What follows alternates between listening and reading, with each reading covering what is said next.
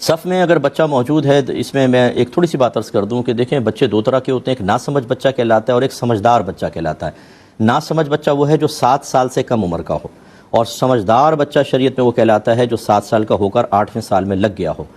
جو ناسمجھ بچہ ہے یہ نیت کا اہل نہیں ہوتا، یعنی یہ نیت اگر کرے گا بھی تو اس کی نیت کا شریعت اعتبار نہیں کرتی، لہذا اگر یہ صف کے درمیان کھڑا ہوگا تو یہ قطعی صف کا سبب بنے گا اور کھڑا کرنے والے گناہ گار ہوں گے، لہذا ایسے بچوں کو پہلے ہی پیچھے بھیج دیا جائے، صف کے درمیان کھڑا نہ کیا جائے۔ اس سے وہ ذرا والد صاحب ذرا توجہ فرمائیں، جو چھوٹے چھوٹے بچوں کو لا کے اپنے ساتھ کھڑا کر دیتے اور کہتے ہیں بدتمیزی نہیں کرے گا میرے ساتھ کھڑا رہے گا، لیکن آپ نے قطعی صف کا ارتکاب کیا ہے اور یہ گناہ ہے، یاد رکھیں۔ مسجد میں آنے کے باوجود آپ گناہ گار ہوں گے، بچے کو پیچھے آپ کو بھیجنا ہوگا، صف کے درمیان نہیں رکھ سکتے۔ ہاں اگر سمجھدار بچہ ہے، 7 سال ہو گئے 8ویں سال میں آیا، یہ نیت کا اہل ہے۔ اس میں اب یہ ہوتا ہے کہ اگر پہلے سے ہی بچے موجود ہیں، نہ جماعت قائم ہونے لگی تو ان کی الگ پیچھے صف بن جائے، یہ ہونی چاہیے۔ لیکن اگر ایسا نہیں ہے، پہلے تھے ہی نہیں لوگ تو بچہ صف میں شامل ہو گیا، اب یاد رکھیں اس بچے کو صف سے باہر نہیں کر سکتے۔ میں بڑی مؤدبانہ گزارش کرتا ہوں اپنے ان بزرگوں سے جن کو شرعی مسئلے کچھ بھی نہیں معلوم ہوتے، یہ نماز پڑھنے کے لیے آتے ہیں، 7 سال کا بچہ صف میں کھڑا ہے، کندھے سے پکڑ کے پیچھے کر دیں گے اس کو اور خود آگے کھڑے ہوں گے۔ یاد رکھیے یہ حرام اور گناہ کبیرہ ہے، کیونکہ نبی کریم صلی اللہ علیہ وسلم نے یہ شیطان کے لیے ارشاد فرمایا کہ وہ صفوف میں گھس جاتا ہے اور نمازیں خراب کرتا ہے، تو یہ پھر ایک کام انسان والا نہیں ہے، یہ خدا نہ خواستہ اس کی معاونت میں کام کہلائے گا۔ وہ بچہ نیت کا اہل ہے، وہ درمیان میں کھڑا ہو سکتا ہے، وہ قطع صف کا مرتکب نہیں ہو رہا، آپ کو یہ حق ہی حاصل نہیں ہے کہ آپ اس کو ہٹائیں۔ اور اسی طرح یہ بھی نہیں کہہ سکتے کہ بیٹا کونے میں جاؤ، صف یہاں بن رہی ہے اسے کونے میں بھیج دیا، بیچ میں سارا گیپ ہے، آپ مسجد گناہ گار ہوئے، اس کو درمیان میں کھڑا کرنے میں کوئی مسئلہ نہیں ہے۔ یہ تو 2 مسئلے ہو گئے۔ تیسرا مسئلہ جو آپ نے پوچھا، اس کے ضمن میں یہ بہت سی باتیں آپ کو معلوم بھی ہو گئی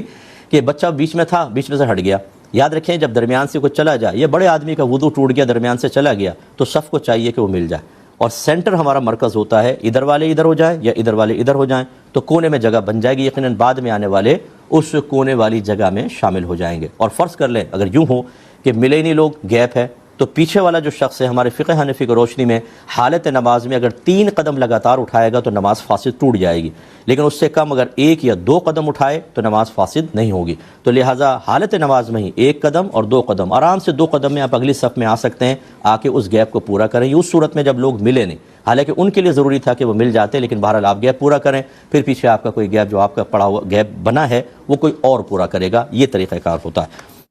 ایک بھائی نے کہا کہ میں نماز پڑھ رہا تھا، اچانک مجھے چھینک آ گئی تو میرے منہ سے نکل گیا شکر الحمدللہ، تو میری نماز باقی رہی یا فاسد ہو گئی؟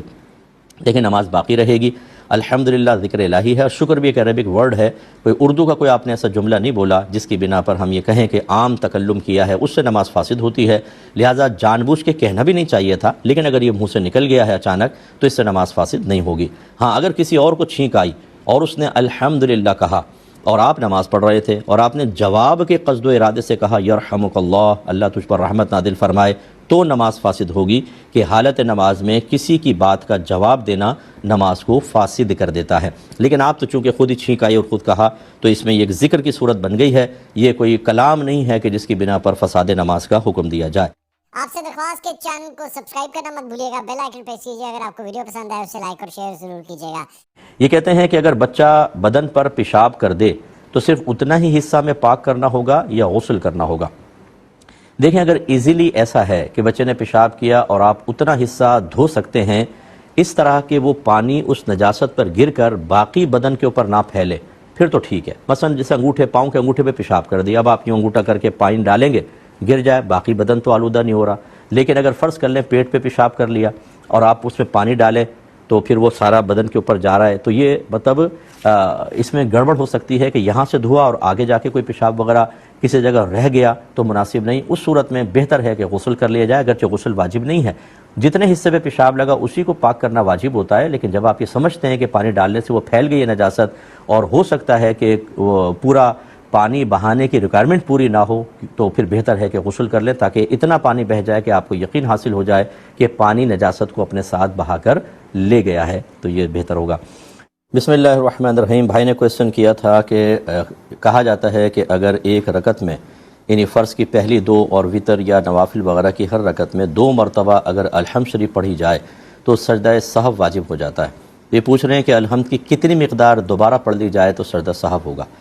دیکھیں لکھا تو یہی ہے کہ پوری اگر الحمد کو 2 مرتبہ پڑھ لیا جائے یعنی سورت سے پہلے تو سجدہ سہو لازم ہوتا ہے۔ فرض کی تیسری چوتھی کا یہ حکم نہیں ہے، اس سے پہلے کا ہے،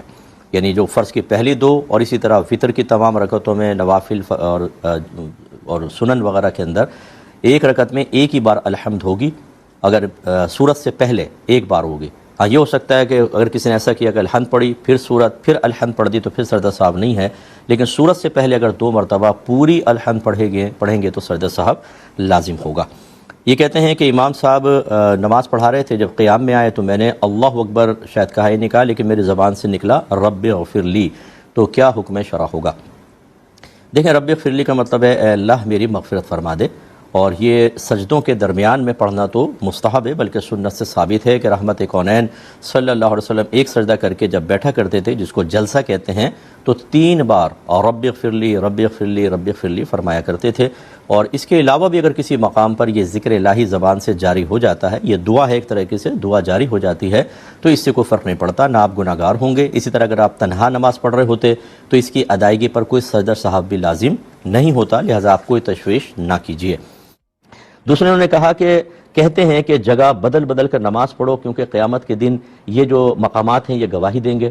جی بالکل، یہ جو آپ نے سنا بہتر سنا ہے۔ نبی کریم صلی اللہ علیہ وسلم حجرے میں بعض اوقات نماز پڑھتے تھے، جو سنن نوافل، پھر آ کے یہاں نماز پڑھی، باقی نماز وہاں پڑھی، اور اسی طرح اکابرین نے یہ تلقین فرمائی کہ جگہ بدل کر نماز پڑھیں، جہاں آپ نے سنت پڑھی تو وہاں فرض نہ پڑھیں، تھوڑا سا سرک جائیں، اور فرض پڑھ کے پھر تھوڑا سا ہٹ کر، اسی لیے آپ دیکھیں سارے نمازی تقریباً دائیں بائیں ہو کر پھر نماز پڑھتے ہیں۔ تو جس جگہ آپ نماز پڑھتے ہیں وہ بقعہ زمین، ایک تو بحکم حدیث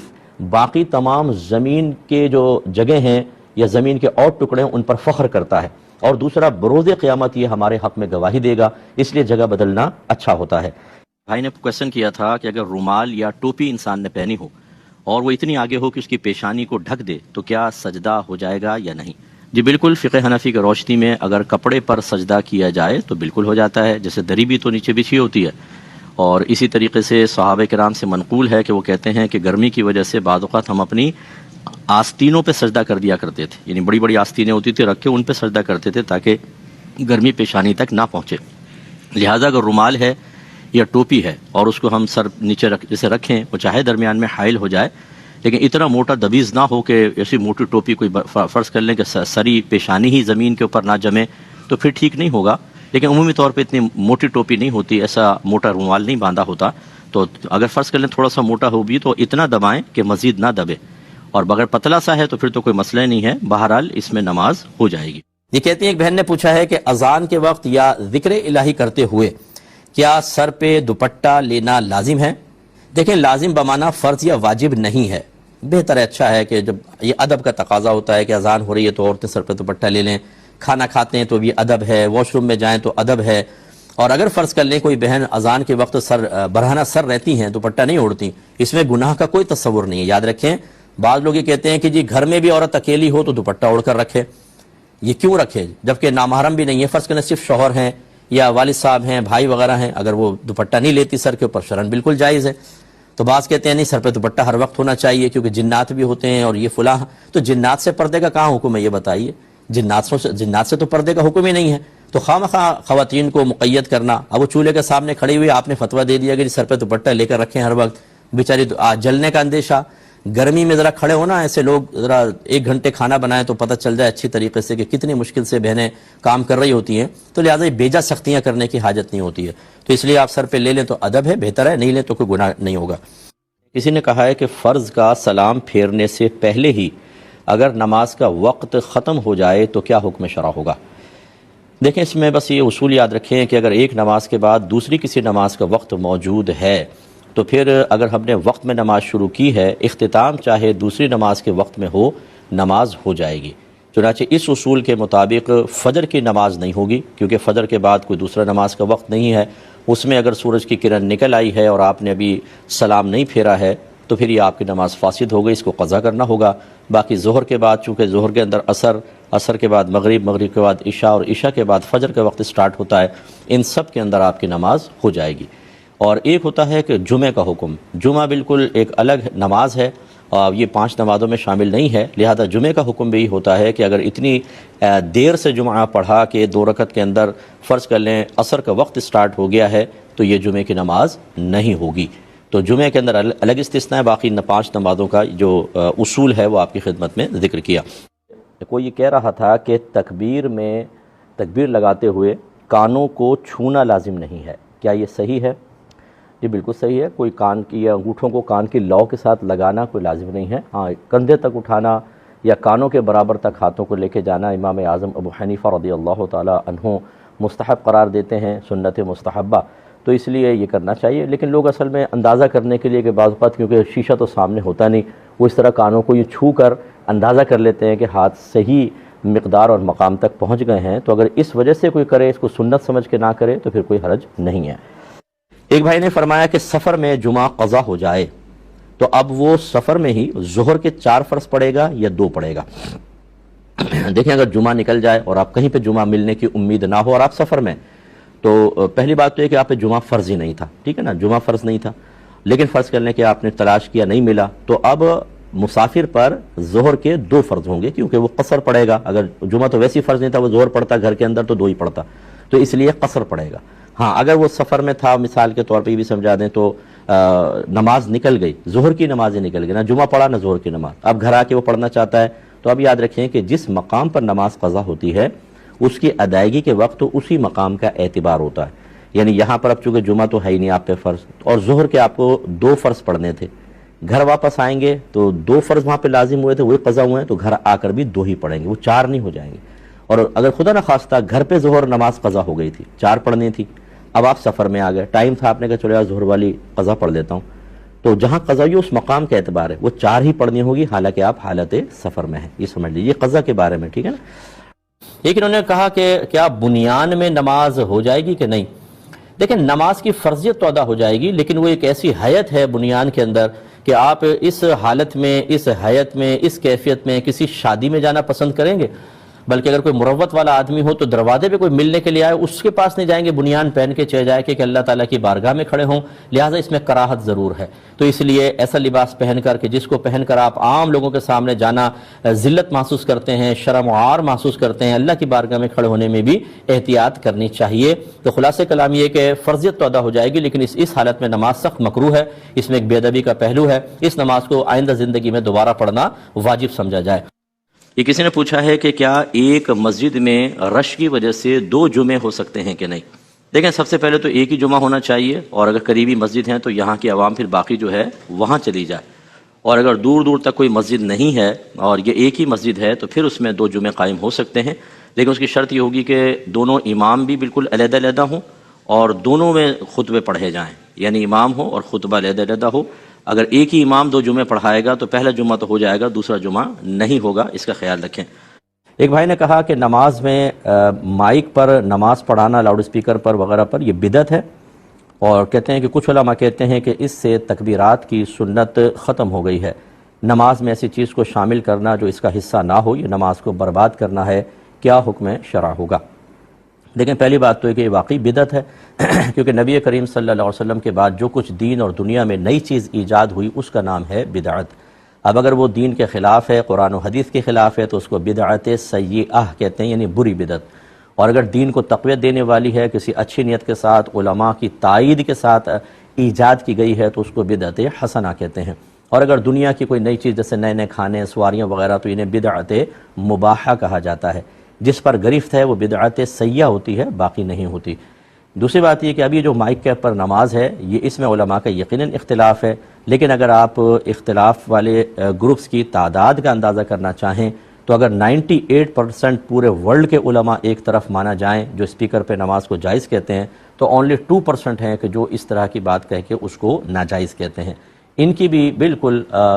رائے کا احترام کرنا چاہیے، ٹھیک ہے ان کے پاس اپنے دلائل ہیں، لیکن میرے آقا نعمت امام اہل سنت شاہ احمد رضا خان علیہ رحمت الرحمن فتاوی رضویہ میں ارشاد فرماتے ہیں کہ جب کوئی مختلف فی مسئلہ ہوتا ہے، یعنی ایسا مسئلہ جس میں فقہا کا اختلاف ہو جائے، تو جس طرف میجورٹی ہوگی حق اس طرف ہوگا۔ تو دنیا بھر کے 98% علماء، عرب علماء، عجم کے علماء، یہ سب گمراہ ہوں اور اونلی 2% صحیح رائے رکھتے ہوں، یہ ویسے بھی آپ غور کر لیں کہ مناسب نہیں ہے کہ یہ 2% اونلی یہ کہیں، وہ اپنے موقف پہ قائم رہے، ٹھیک ہے ان کی مرضی ہے، حالانکہ ہونا تو اصول کے مطابق چاہیے کہ جب 98% ایک طرف ہیں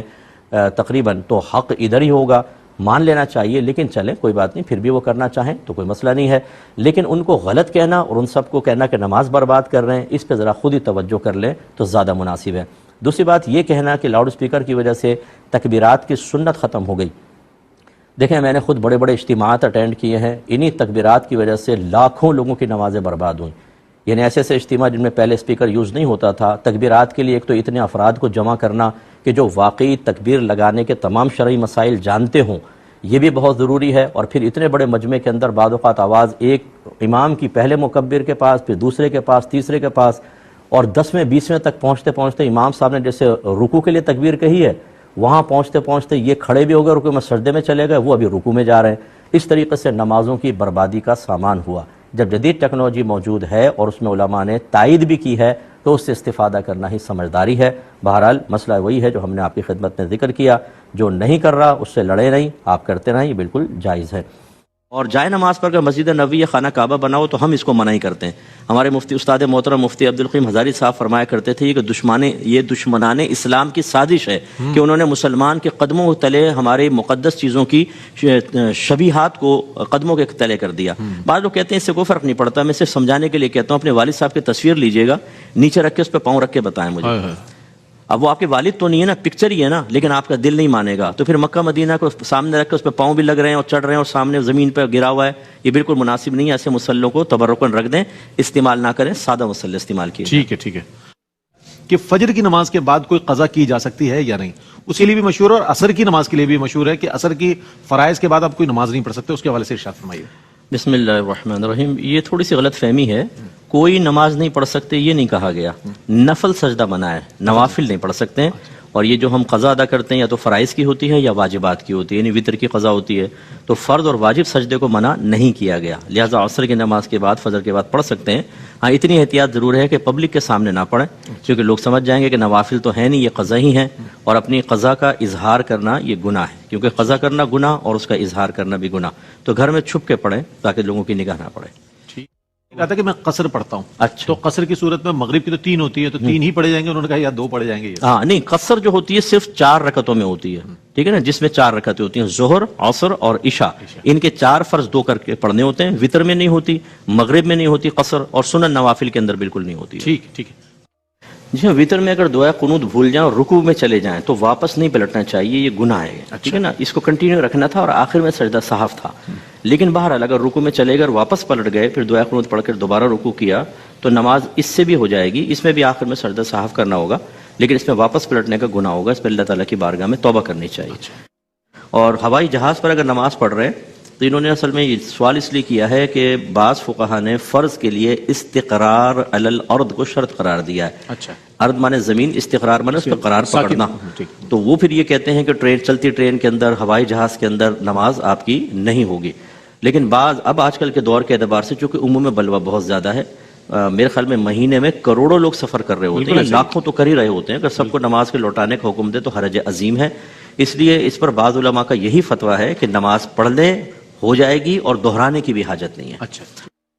دیکھیں اگر اتحیات پڑھ چکے تھے اور درود پاک پر تھے تو امام کی متابعت چونکہ واجب ہے، یعنی پیروی کرنا، حکم ماننا، اور درود پاک سنت ہے، واجب کو سنت پر فوقیت ہوتی ہے، اس لیے آپ اپنا درود پاک منقطع کر کے سلام پھیریں گے۔ اور رکعتیں اگر بھول جاتے ہیں، اگر زندگی کا پہلا واقعہ ہے، پہلے تو غور کریں کہ اگر 3-4 میں شبہ ہو رہا ہے تو دل کسی ایک پر جم جائے کہ 3 ہیں یا 4 ہیں، پھر تو کوئی مسئلہ نہیں، اس کو اختیار کریں، سجدہ صاحب بھی نہیں ہوگا۔ لیکن اگر نہیں دل جم رہا اور زندگی کے پہلی مرتبہ ایسا ہوا ہے تو نماز توڑ کر دوبارہ شروع کرنی چاہیے، اور اگر بار بار ایسا ہوتا ہے اور دل گواہی نہیں دے پا رہا تو کم والے کو اختیار کر لیں اور آخر میں سجدہ صاحب کریں گے۔ ٹھیک۔ کسی نے کہا ہے کہ فرض کا سلام پھیرنے سے پہلے ہی اگر نماز کا وقت ختم ہو جائے تو کیا حکم شرع ہوگا؟ دیکھیں اس میں بس یہ اصول یاد رکھیں کہ اگر ایک نماز کے بعد دوسری کسی نماز کا وقت موجود ہے تو پھر اگر ہم نے وقت میں نماز شروع کی ہے، اختتام چاہے دوسری نماز کے وقت میں ہو، نماز ہو جائے گی۔ چنانچہ اس اصول کے مطابق فجر کی نماز نہیں ہوگی، کیونکہ فجر کے بعد کوئی دوسرا نماز کا وقت نہیں ہے، اس میں اگر سورج کی کرن نکل آئی ہے اور آپ نے ابھی سلام نہیں پھیرا ہے تو پھر یہ آپ کی نماز فاسد ہو گئی، اس کو قضا کرنا ہوگا۔ باقی ظہر کے بعد چونکہ ظہر کے اندر عصر کے بعد مغرب کے بعد عشاء اور عشاء کے بعد فجر کا وقت سٹارٹ ہوتا ہے، ان سب کے اندر آپ کی نماز ہو جائے گی۔ اور ایک ہوتا ہے کہ جمعہ کا حکم، جمعہ بالکل ایک الگ نماز ہے یہ 5 نمازوں میں شامل نہیں ہے، لہذا جمعے کا حکم بھی ہوتا ہے کہ اگر اتنی دیر سے جمعہ پڑھا کہ 2 رکعت کے اندر فرض کر لیں عصر کا وقت سٹارٹ ہو گیا ہے تو یہ جمعے کی نماز نہیں ہوگی۔ تو جمعے کے اندر الگ استثناء ہے، باقی 5 نمازوں کا جو اصول ہے وہ آپ کی خدمت میں ذکر کیا۔ ایک بھائی نے پوچھا کہ کیا مکروہ وقت میں قرآن مجید کی تلاوت کر سکتے ہیں؟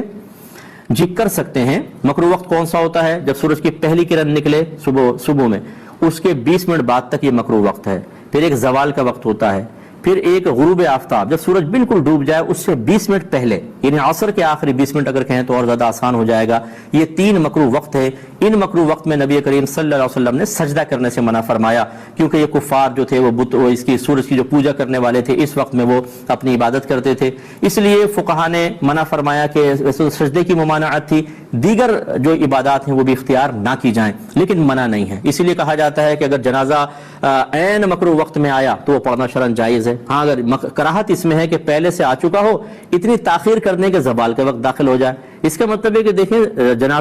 نماز جنازہ پڑھنا منع تو نہیں ہے، اسی وقت میں فرمایا اگر آئے تو پڑھ سکتے ہیں، اس لیے مطلقاً منع نہیں ہے۔ ہاں یہ ضرور ہے، علماء نے فرمایا کہ آیت سجدہ نہ پڑھیں، وہ بھی مطلب کوئی ایسا نہیں ہے کہ آیت سجدہ پڑھنا گناہ ہوگا، وجہ یہ ہے کہ آیت سجدہ پڑھیں تو مستحب ہے کہ فوری طور پر سجدہ کر لیں، مستحب افضل، ورنہ آپ تاخیر سے بھی کر سکتے ہیں، اور اس وقت چونکہ آپ سجدہ کر نہیں سکیں گے تو ترک مستحب لازم آئے گا، اس لیے فرمایا کہ مناسب نہیں ہے آیت سجدہ کی تلاوت خاص طور پہ کرنا، ورنہ آپ آیت سجدہ پڑھ سکتے ہیں، بہرحال صرف مستحب ترک ہوگا، یا اس کے علاوہ جو قرآن پاک جو آیات سجود پر مشتمل نہ ہو پڑھ سکتے ہیں، اس میں کوئی حرج نہیں ہے، نہ کرنے دیں۔ ایک بھائی نے پوچھا ہے کہ ایک وقت میں، یعنی ایک ہی دن میں یا ایک وقت میں ہم ایک دن کی قضا نماز ادا کریں یا ایک سے زیادہ دن کی بھی کر سکتے ہیں؟ دیکھیں کر سکتے ہیں، اگر آپ کے اوپر کئی دنوں کی قضا نمازیں ہیں، ایک چارٹ بنا لیں اور اس میں جیسے آپ ادا کرتے رہیں، ایک سب سے پہلی فجر جو میری قضا وہ ادا کر لی، ظہر اثر مغرب عشاء وتر، پھر آپ کے پاس اور ٹائم ہے اگلی بھی کر لیں، یعنی ایک ہی دن میں ایک ہی وقت میں آپ 3 4 5 دن کی نمازوں کی قضا بھی ادا کر سکتے ہیں، شریعت نے کوئی پابندی نہیں رکھی ہے۔ ایک بھائی نے کویسچن کیا ہے کہ رزق کی تنگی پر بہت پریشان ہوں، کشادگی کے لیے کوئی عمل بتا دیں۔ دیکھیں یہاں 2 طرح کی چیزیں ہوتی ہیں، ایک تو وہ کہ جو اصل شرع ہے اور قرآن اور حدیث نے ان کو خاص پریشانیاں اور مصیبتیں دور کرنے کے لیے نشاندہی بھی کی ہے، لیکن وہ ہمیں سمجھ میں نہیں آتی،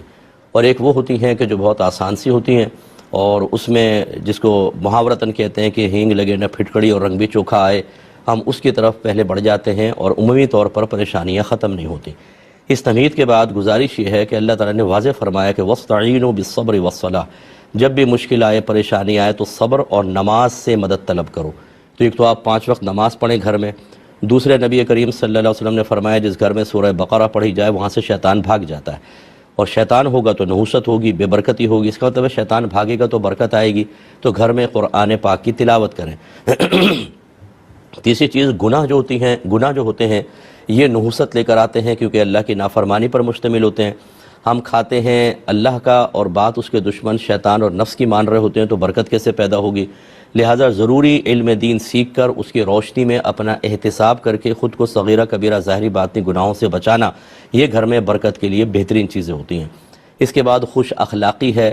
اور کردار کو بہتر بنانا، اس کے علاوہ اپنے رشتہ داروں سے اچھا سلوک کرنا، جس کو صلہ رحمی کہتے ہیں، کہ یہ رزق میں برکت کا سبب بنتا ہے۔ لیکن جیسے میں نے عرض کیا کہ یہ کام ہمیں بہت مشکل لگتے ہیں، کون نماز پڑھے، کون قرآن پاک، تو ہم کہتے ہیں کوئی وظیفہ دے دیں، بس یہ سب سے آسان چیز ہوتی ہے کہ وظیفہ دیں، نہ نماز پڑھیں، نہ روزہ، نہ اللہ کی مانیں، نہ رسول کی مانیں، نہ قرآن پہ چلیں، نہ حدیث پر چلیں، اور ایک دم ہمارے گھروں کے اوپر سونا برسنا شروع ہو جائے۔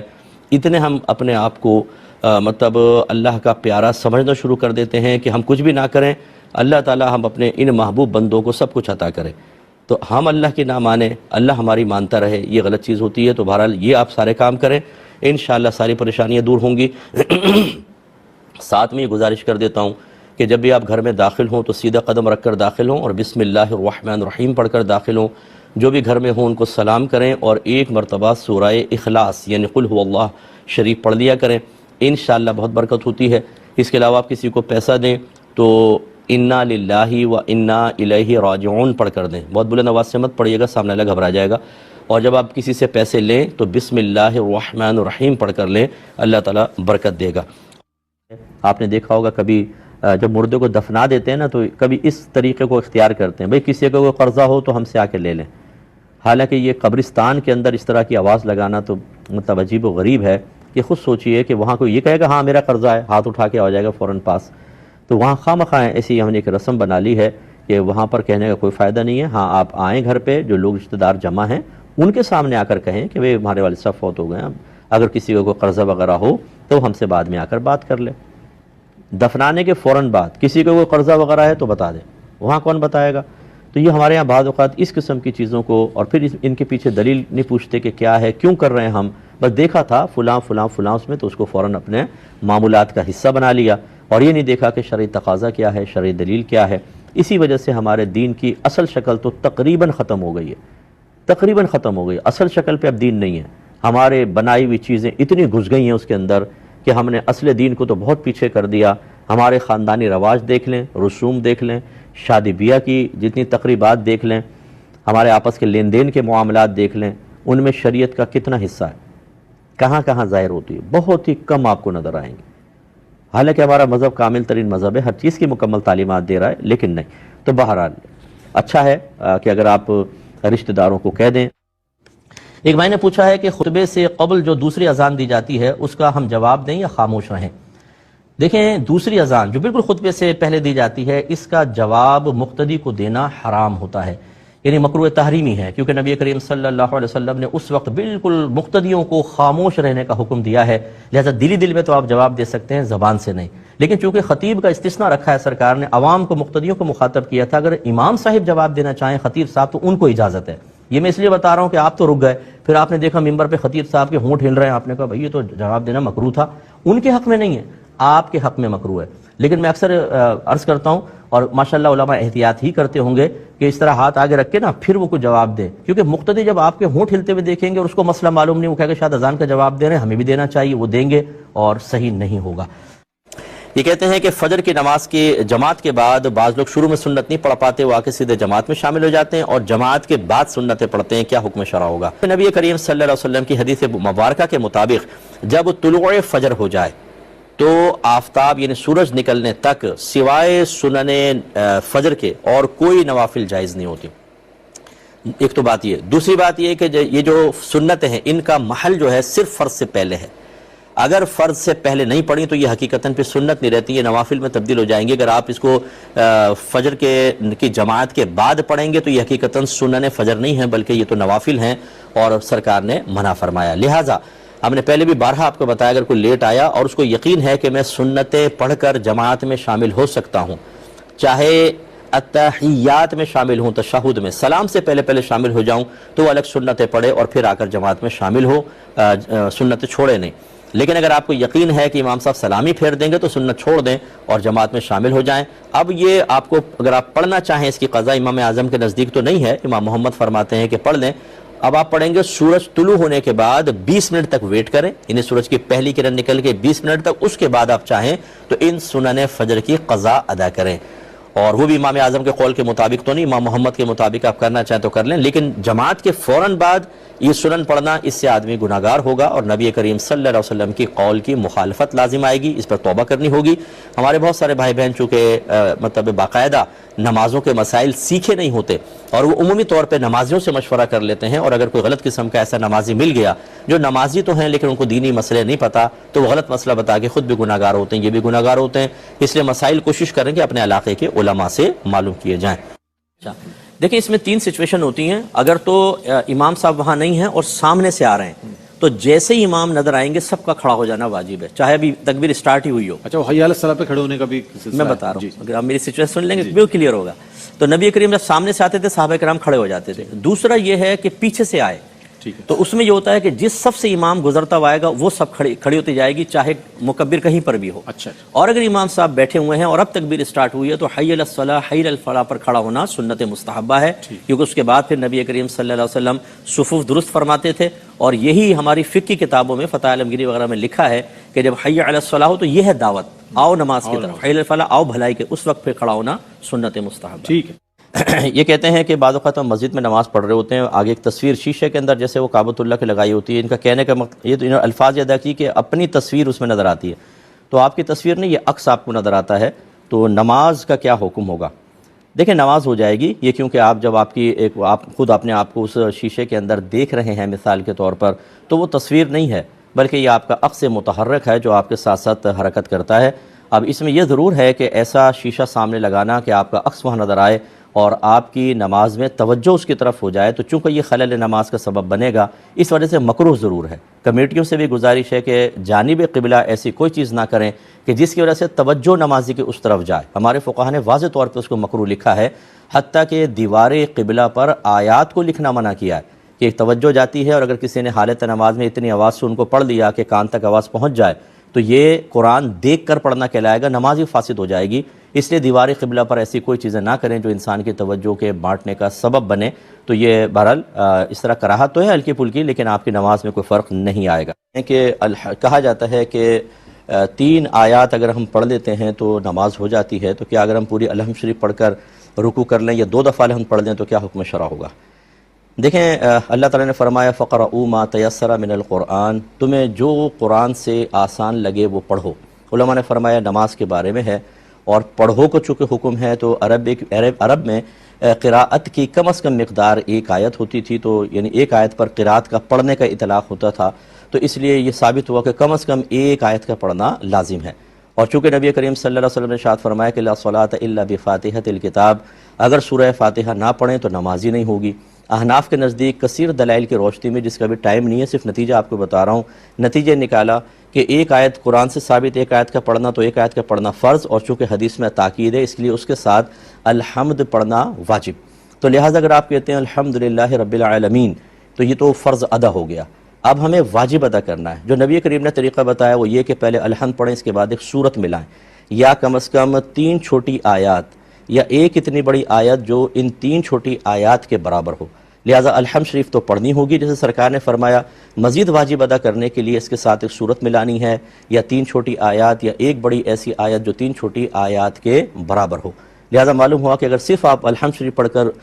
رکوع میں چلے جاتے ہیں تو اس سے فرض ادا ہو گیا، کیونکہ 1 آیت پڑھ لیا آپ نے، الحمد کا واجب بھی ادا ہو گیا، لیکن اس کے ساتھ جو سورت ملانی تھی وہ واجب ادا نہیں ہوا۔ چنانچہ اگر آپ نے جان بوجھ کر یاد رہتے ہوئے سورت چھوڑ کے نماز پڑھی، نماز ہو جائے گی، لیکن واجب العیادہ ہے، یعنی بعد میں اس کو لوٹانا ہوگا، اس کا سرد صحف سے تدارک نہیں ہوگا۔ اور اگر آپ بھول گئے الحمد پڑھ کر چلے گئے رکوع میں، بعد میں یاد آ گئی تو آخر میں سرد صحف کرنا ہوگا۔ اور یاد رکھیں کہ علماء نے فرمایا کہ کسی نے فرض کی پہلی یا دوسری کے اندر 2 بار الحمد پڑھ لی، اور اسی طرح نوافل میں، سنن میں، وطر کی کسی بھی رکعت میں 2 بار الحمد پڑھ لی تو سرد صحف لازم ہوگا، کیونکہ جو نبی کریم صلی اللہ علیہ وسلم کی تلقین ہے وہ یہی ہے، اور سنت متوارثہ سرکار کی جو دائمی تعلیم ہے وہ یہی ہے کہ 1 بار الحمد پڑھی جائے، نہ کہ 2 بار۔ 2 بار پڑھیں گے تو سرد صحف لازم ہوگا، اور جان بوجھ کے پڑھیں گے تو وہی نماز کا اعادہ ہوگا۔ 82 اولڈ ہیں، یہ کہتی ہیں کہ پیشاب کی بوتل وغیرہ ان کو لگی ہوئی ہے اور 1-1.5 گھنٹے میں اس کو صاف کرنا ہوتا ہے، نماز کا کیا حکم ہوگا؟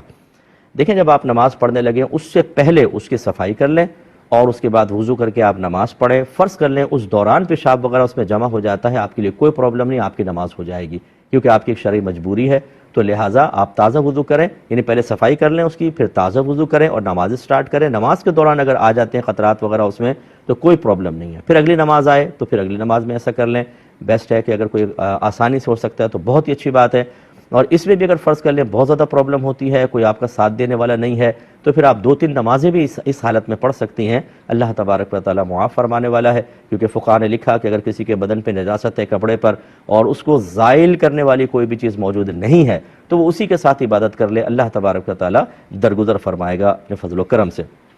ایک بھائی نے فرمایا کہ اذان سے قبل درود پاک پڑھنے کی کیا شرعی حیثیت ہے؟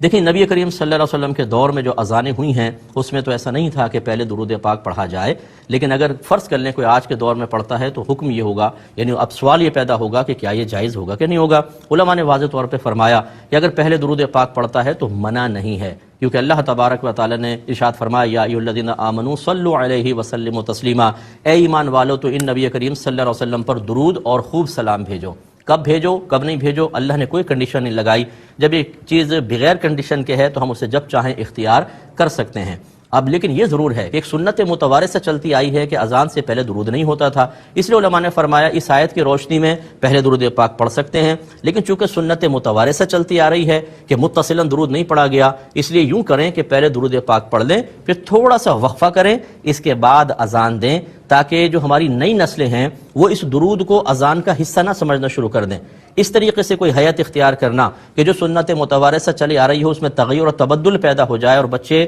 ایک ایسی چیز کو جس کو ہمارے نبی نے متعارف نہیں کروایا ہم اسے اس کا حصہ سمجھنا شروع کر دیں، یہ مناسب نہیں ہے۔ تو درود پاک پڑھنا بالکل جائز ہے اذان سے پہلے، لیکن اس کے بعد تھوڑا سا وقفہ کر لیں، آدھے منٹ کا یا چلیں 20 سیکنڈ کا کر لیں، اس کے بعد پھر اذان دیں تاکہ سب کو واضح ہو جائے درود پاک برکت کے لیے پڑھا گیا ہے اور یہ اذان کا حصہ نہیں ہے، اذان یہ ہوتی ہے۔ تو امید ہے کوئی مسئلہ نہیں ہوگا۔ ایک بھائی نے کہا کہ اگر کسی کو شک ہو کہ میں نے ایک رکعت کا رکوع نہیں کیا بلکہ ڈائریکٹ سجدے میں چلا گیا تو کیا ایسا کرنا ٹھیک ہوگا کہ آخر میں ایک رکعت مزید پڑھ کر اس میں رکوع کریں، سجدہ کریں اور آخر میں سجدہ سہو کر لیں؟ دیکھیں یہ طریقہ ٹھیک نہیں ہوگا، بلکہ اگر آپ کو پہلے یاد آ گیا مثال کے طور پر تو ایک رکعت میں آپ 2 رکوع کریں گے، ایک پہلے والا رکوع ایک بعد والا، اور آخر میں سجدہ سہو کر لیں کیونکہ رکوع فرض ہے، یہ ادا کرنا ہی ہوگا۔ اور فرض کر لیں کہ آخری رکعت کے اندر آپ کو اتحیات میں یاد آیا تو کھڑے ہو جائیں اور رکوع کریں، پھر سجدہ کرنا چاہیں کر لیں، ویسے نہ کریں سجدہ اور رکوع کریں اور بیٹھ جائیں اور آخر میں سجدہ سہو کریں۔ ایک بھائی نے کویسچن کیا ہے کہ کیا مونچھیں نہ کٹوانا گناہ ہوتا ہے یا صرف بہتر ہے نہ کٹوائیں تو کوئی حرج نہیں؟ دیکھیں دو طرح کی صورتحال ہے۔ ایک تو یہ کہ مونچھیں اتنی بڑی ہوں کہ یہ جو لب ہے ہمارا اوپر والا ہونٹ اس سے آگے، یہ کنارہ جو ہے اس سے آگے آ جائیں، اس طرح کہ جب آپ پانی پیتے ہیں تو پانی میں بھی جائیں، ایسی مونچھیں رکھنا تو مکروہ ہے اور گناہ لکھا ہے، مکروہ تحریمی لکھا ہے، اس کو تو آپ کو ختم کرنا ہوگا۔ یہ جو اوپر کا ہونٹ ہی غائب ہوتا ہے بعضوں کا، تو اتنی گھنی گھنی موٹی موٹی مونچھیں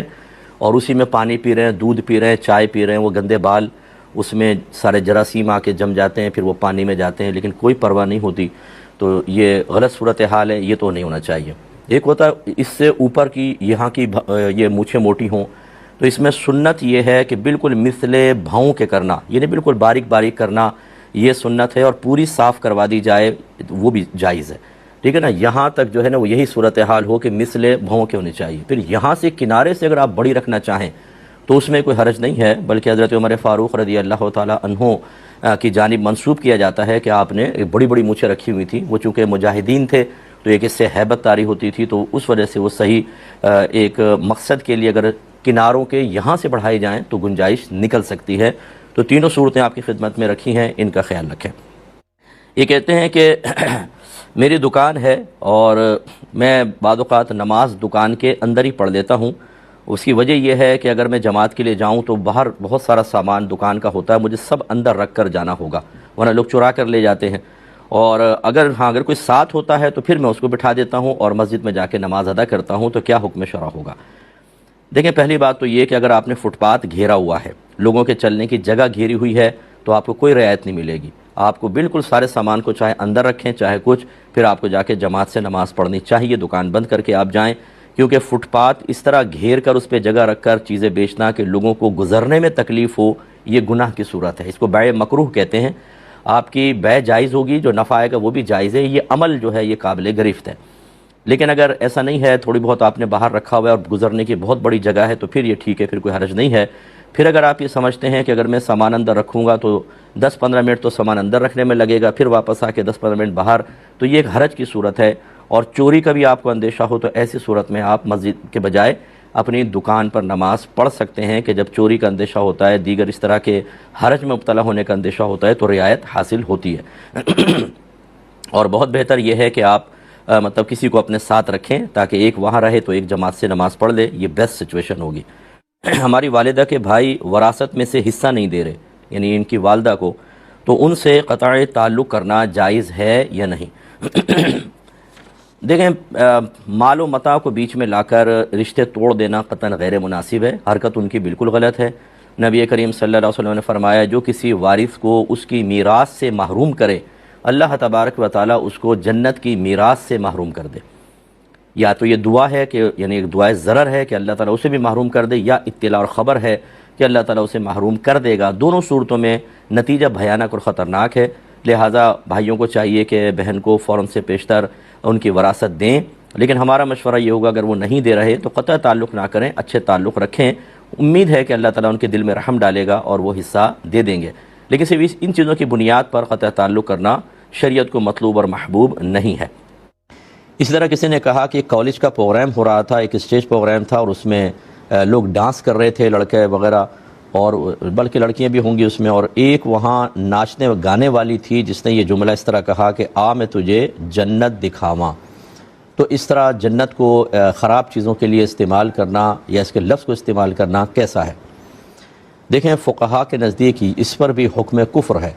کیونکہ جنت اللہ تبارک و تعالی کے رحمت کا مقام ہے، جہاں پاکیزگی ہے، جہاں کوئی گناہ نہیں ہے، جہاں کوئی خرابی نہیں ہے، وہ تمام انبیاء علیہم السلام کا مستقر اور ٹھکانہ ہے۔ اہل بیت اطہار، تمام صحابہ، اولیاء عظام، مجتہدین، نیک، صالحین، اللہ تعالیٰ کے وہ بندے جو مقرب ہیں اس مقام پر ہوں گے۔ ایسے بابرکت مقام کے لیے مقام کے لفظ کو یا اس کے لیے جو اللہ نے نام رکھا ہے اسے ایک گندے مقام کے لیے استعمال کرنا کیسا ہے؟ تو یہ بالکل غلط ہوگا، یقینی سی بات ہے۔ اگر خدا نخواستہ کوئی ایک طوائف خانے کا نام مسجد رکھ دیں، باہر لکھ دے مسجد فلاں، تو کیا آپ اس چیز کو پسند کریں گے؟ اگر وہ کہے کہ ہمارا مقصد کوئی مسجد کہنا کوئی ہے، بس نام ہی استعمال کر رہے ہیں، تو اب آپ سمجھ رہے ہوں گے کہ یہ ٹھیک نہیں ہے۔ اسی طریقے سے اگر خدا نخواستہ ایسے ہی کسی جوئے کے اڈے پر آپ کے والد صاحب کا اور آپ کا نام لکھ دیا جائے، اور وہ کہ ہم نے تو ویسے ہی نام لکھ دیا ہے، یہ کوئی جوئے کے اڈے چلانے کے آنر وغیرہ کا نام لکھنا مقصود تو نہیں ہے، لیکن آپ اس کو بالکل لائک نہیں کریں گے۔ اس طرح شراب خانے پہ آپ کا نام لکھ دیا جائے، آپ ناپسند کریں گے، کیونکہ گندے مقامات ہیں اور اس پر آپ کا نام ہی لکھا جانا آپ کے لیے بدنامی کا باعث ہے، اور یہ مناسب نہیں لگتا۔ اخلاقی لحاظ سے آپ کو باطنی لحاظ سے چیز ناپسند آئے گی۔ خلاصہ کلام یہ ہے کہ ایک گندے مناظر، ایک گندے ماحول، ایک گندگی کو جنت سے تعبیر کرنا، تو کیا کوئی یہ کہنا چاہتا ہے کہ جنت میں اسی طرح کی خرافات ہوں گی، معاذ اللہ اخلاق سے گری ہوئی حرکتیں ہوں گی، وہاں ایسی ہی بے پردگی ہوگی، ایک عورت اپنے جسم کی اسی طرح نمائش کرے گی اور سارے جنتی معاذ اللہ اس کو دیکھ رہے ہوں گے؟ یہ بہت ساری چیزیں مل کر ایک انتہائی بڑی بے ادبی مرتب کرتی ہیں، اور ایسے پھر عورت جس نے اس کو آرگنائز کیا پروگرام کو، پھر ایسی جنہوں نے سنا اور خوشی کا اظہار کیا، ان سب پر تجدید ایمان اور تجدید نکاح لازم ہوگا۔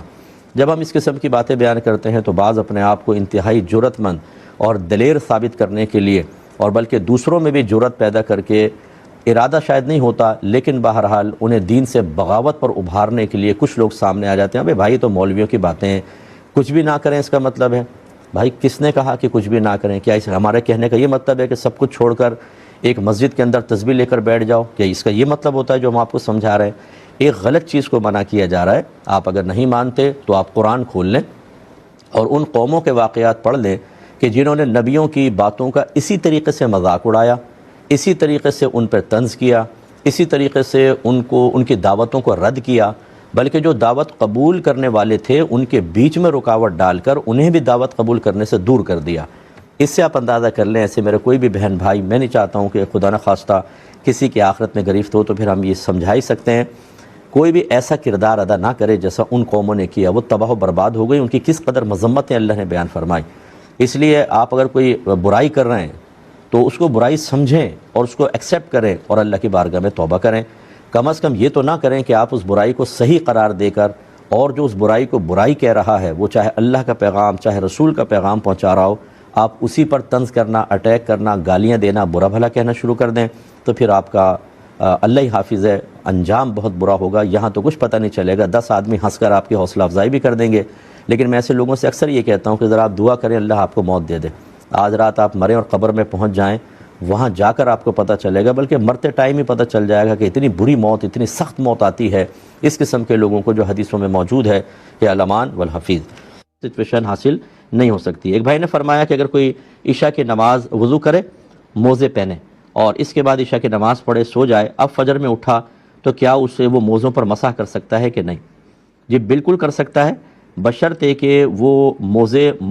چمڑے کے بنے ہوں یا ریگزین کے ہوں یا اونی موزے بھی ہوں، لیکن اتنے گف بنے ہوں کہ اگر آپ پانی ڈالیں تو فوراً کھال تک نہ پہنچے۔ یہ جو پتلی پتلی جرابوں پہ آپ نے دیکھا ہوگا وضو خانہ پہ بیٹھے مسح کر رہے ہوتے ہیں، اس پر مسح نہیں ہوتا ہے۔ جو ایسا کہتے ہیں کہ نہیں جراب پہ مسح ہو سکتا ہے، ان سے دائرہ ادب میں رہ کے کہیں، یہ ثابت کریں کہ نبی کریم نے اس قسم کی جراب پر مسح کیا ہے۔ یہ ذہن میں رکھیں۔ مختصر وقت میں چاہتا ہوں کہ آپ کو ایک بات سمجھا دوں۔ بعض شرعی احکام ایسے ہوتے ہیں کہ جن کی حکمت حقیقت تک عقل کی رسائی نہیں ہو سکتی ہے، بس اللہ کے نبی نے کہا تو ہم نے مان لیا۔ جیسے موضوع پر مسح کہ بھی پاؤں دھونے چاہیے، وضو کے اندر اللہ تعالیٰ فرماتا ہے کہ پاؤں کو دھو، لیکن نبی کریم نے موزے پہنے، خالی ان پہ ہاتھ پھیر لیا، بس کافی ہو گیا، حالانکہ کھال تک تو ہاتھ پہنچا نہیں۔ اب عقل نہیں اس کا ادراک کر سکتی، لیکن چونکہ میرے نبی کریم صلی اللہ علیہ وسلم نے ایسا کیا، ہم نے کہا ہم نے مان لیا۔ اس طرح کے جو مسائل ہوتے ہیں ان کو کہتے ہیں خلاف قیاس مسائل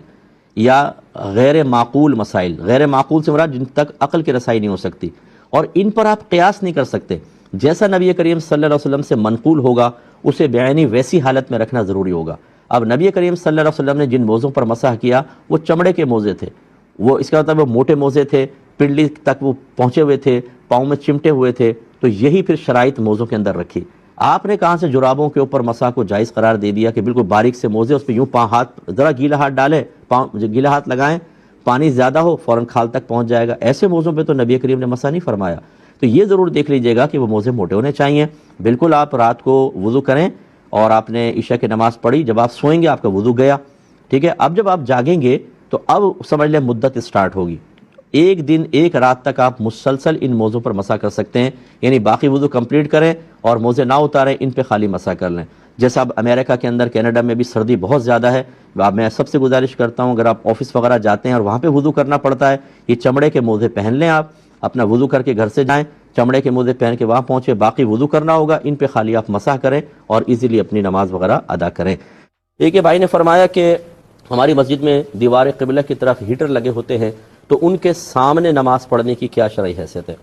دیکھیں، آگ کے سامنے نماز پڑھنا فقہا نے منع کیا ہے، کیونکہ یہ جیسے آتش پرست ہوتے ہیں، آگ کی پوجا کرنے والے، ان کی عبادت سے مشابہت قائم ہو جاتی ہے۔ لیکن کوئی قوم ایسی نہیں ہے کہ ہیٹر کو سامنے رکھ کے عبادت کر رہی ہو، تو یہاں وہ مشابہت نہیں ہے، تو آپ بالکل بلا کراہت نماز ادا کر سکتے ہیں۔ ہو سکتا ہے کوئی عالم دین اپنی رائے سے اس کو بھی مکروہ قرار دے، لیکن ہمارے نزدیک بالکل جائز ہے، کیونکہ ہمارے مسلمانوں کے عرف میں یہ چیز بالکل رائج ہے، اور کوئی بھی ہیٹر کو آگ کے قائم مقام ہرگز نہیں سمجھتا ہے، لہٰذا اس کے سامنے نماز پڑھنے میں کوئی حرج نہیں ہے۔ یہ بھائی نے پوچھا کہ بعض اوقات ہم جیکٹ وغیرہ پہن کے یا اس طرح کی ویسٹ کوٹ وغیرہ پہن کے نماز پڑھ رہے ہوتے ہیں اور سامنے کی زپ کھول دیتے ہیں یا بٹن کھلے ہوں، تو نماز کا کیا حکم ہوگا؟ دیکھیں، اگر تو بالکل ایسا ہی ہوتا نا کہ صرف آپ نے جیکٹ پہنی ہوتی، اندر کچھ نہ پہنا ہوتا، کھول دیتے تو سینہ ظاہر ہو جاتا بالکل برہنہ، تو پھر تو مکروہ تحریمی ہوتی کیونکہ اس طرح ہم لباس پہن کے عام لوگوں کے سامنے نہیں آ سکتے، تو پھر اللہ تعالیٰ کی بارگاہ میں کیسے کھڑے ہوں؟ اور اگر آپ نے نیچے کرتا وغیرہ پہنا ہوا ہے، کوئی شرٹ وغیرہ پہنی ہوئی، اس پہ جیکٹ ہے اور پھر کھول لیں، تو پھر یہ زیادہ سے زیادہ اس میں کراہت تنزیہی ہوگی، یعنی شریعت اس کو پسند نہیں کرے گی، لیکن کوئی گناہ وغیرہ نہیں ہوگا، کیونکہ عمومی طور پہ اس طرح کا لباس پہن کے ہم پبلک کے سامنے جا رہے ہوتے ہیں، زپ کھلی ہوتی ہے، بٹن کھلے ہوتے ہیں، اس میں کوئی مسئلہ نہیں ہے۔ اس صورت میں یہ مکروہ تحریمی نہیں ہے، یعنی آپ اس طرح نماز پڑھ سکتے ہیں۔